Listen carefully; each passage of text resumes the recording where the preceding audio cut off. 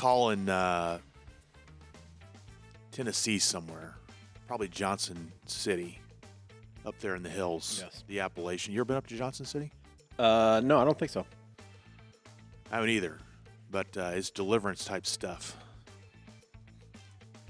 I know somebody from there. Oh, okay. All right. You have a source of reference there. So responding officers in Johnson City arrived to find an elderly woman trying to set her house on fire. For the insurance money, of course, right? No. Disarm the atom bomb, she said. She was certain this thing was ticking in her attic.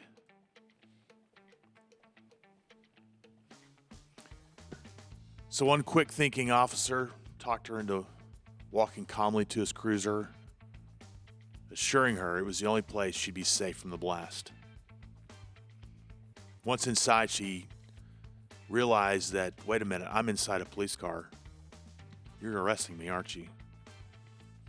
She said, you can't take me to jail. I haven't done anything wrong, she exclaimed. The officer explained, hey, we're just headed to the hospital. She only became more indignant. I am not crazy, she yelled. Keeping his composure, the officer said, hey, listen, I don't think you're crazy. But you were standing next to an atom bomb. You better get checked out for radiation poisoning. And according to this story, her eyes went wide and she said, quote, oh shit. I didn't think about that. We better hurry. You ever run across an elderly lady thinking she might have an atom bomb in her house? Not with an atom bomb, but you get your more than your fair share of aliens and Do you? the government spying on you. Those are very, very common. Not an atom bomb though. No, I did not experience that. I just get on Facebook and there's people thinking the government's spying on them. Oh yeah, yeah, I need new friends. that's for sure. Then there was this rookie cop, first night on the job, working the graveyard shift. What is that in Fort Worth? It's 7 to 7 or something, or what is that? I think it's No, it's like 11 to 8 or something. no. Now I think it's like 8 p.m. to 6 a.m. somewhere in that ballpark. The long night on the job, Yeah, it is. especially on the streets. It's a long night. Yeah.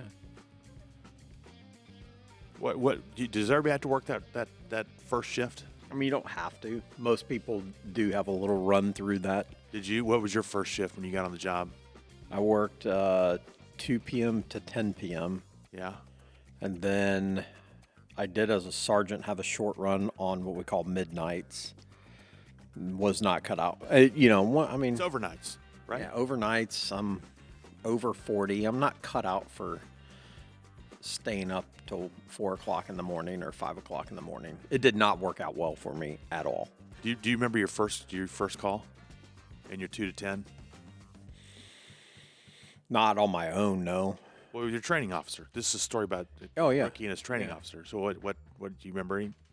Oh, it was, That encounter? yeah, I mean, it was so uneventful because the training officer I had was, he was kind of done with the job himself. And so there was no going to look for crime. We would just let crime come to us. So the first one involved a burglary from a moving truck where like hundreds of pieces of property were taken out of this moving truck. So I spent the next 7 hours doing a report on that. I never actually left. We call them sectors. We never left the sector that shift. Yes. Were you interviewing? You'd already done your interviews, and Oh, yeah. you found all the stuff? No, we didn't find any of it. No. Somebody just came by the moving van and took it out. The victim in this case came to the sector and said, "Hey, my moving truck just got broken into." Oh, they came to you. They came to us, so we never left. You literally came. It was terrible. So uneventful. So probably not. I have no clue what you're about to tell me, but I can guarantee you it was way more exciting than what I had. Well, this rookie cop and his training officer, they roll up to a house where the homeowner swears someone's out in my yard creeping on my house. So they get out with the flashlights. They start sweeping the property. Apparently, according to the police report, the grass was up to the knees. Everything just dead silent, no noise, just everything quiet. Till the bright-eyed rookie, he spots something strange. It's a bright red and yellow Fisher-Price car. Toy.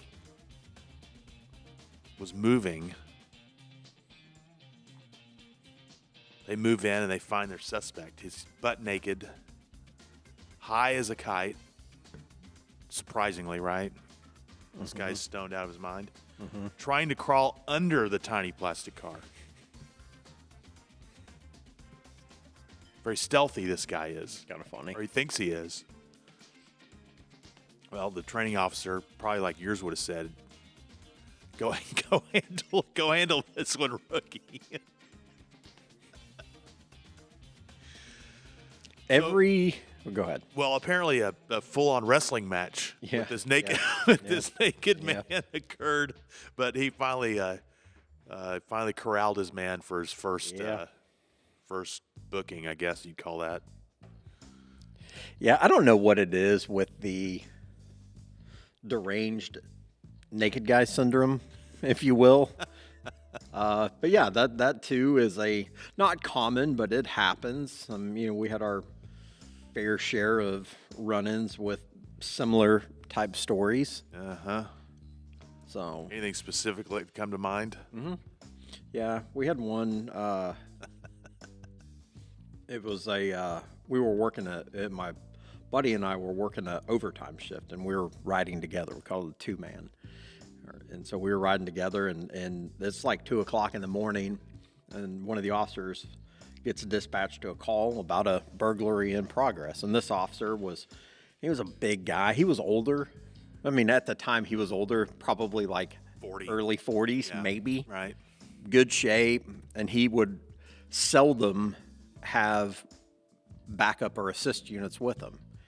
He would usually just handle everything. He did fine. I'm not saying he was like some knuckle dragging, beating people up. It's just, frankly, most of the time, either the suspect's gone or you can, he must have done well at diffusing these situations. Or he's John McClane, and that guy, Bruce Willis in the Christmas movie or whatever. Yeah, no, he's not. Wasn't quite like that, but I see where you're coming at. And so one day, like I said, it's 2 o'clock in the morning, and he gets dispatched to this burglary. He says, "Hey, I don't need a backup unit." And then a couple minutes later, and he's a real soft-spoken guy, or was. I think he passed away. Gets on the radio and says, "Hey, I do need backup." So my buddy Chris and I were like, "Whoa, if he's asking, this has got to be good." And so we get to this house, and there's a dude in the front yard wearing some pajama pants and, like normal sleeping garb, and he's distraught and panicked. And the other officer, the midnight officer, was at the door, and he kind of motions for us to come up there. So the guy wearing the pajamas is in the front yard, and he's going on about there's somebody in my bed. So I immediately no, there's nobody in your, I think he's, whatever. I thought it was bullshit. Well, we go in the house, and we go in. It's over by Arlington Heights High School is where this happened. Oddly enough. Yeah, we've already discussed that place. And we go in the room, and there is a dude butt naked laying in this guy's bed. And he's asleep. So at this point, I'm kind of like, whoa, what is going on here? I do not understand this. So we try to,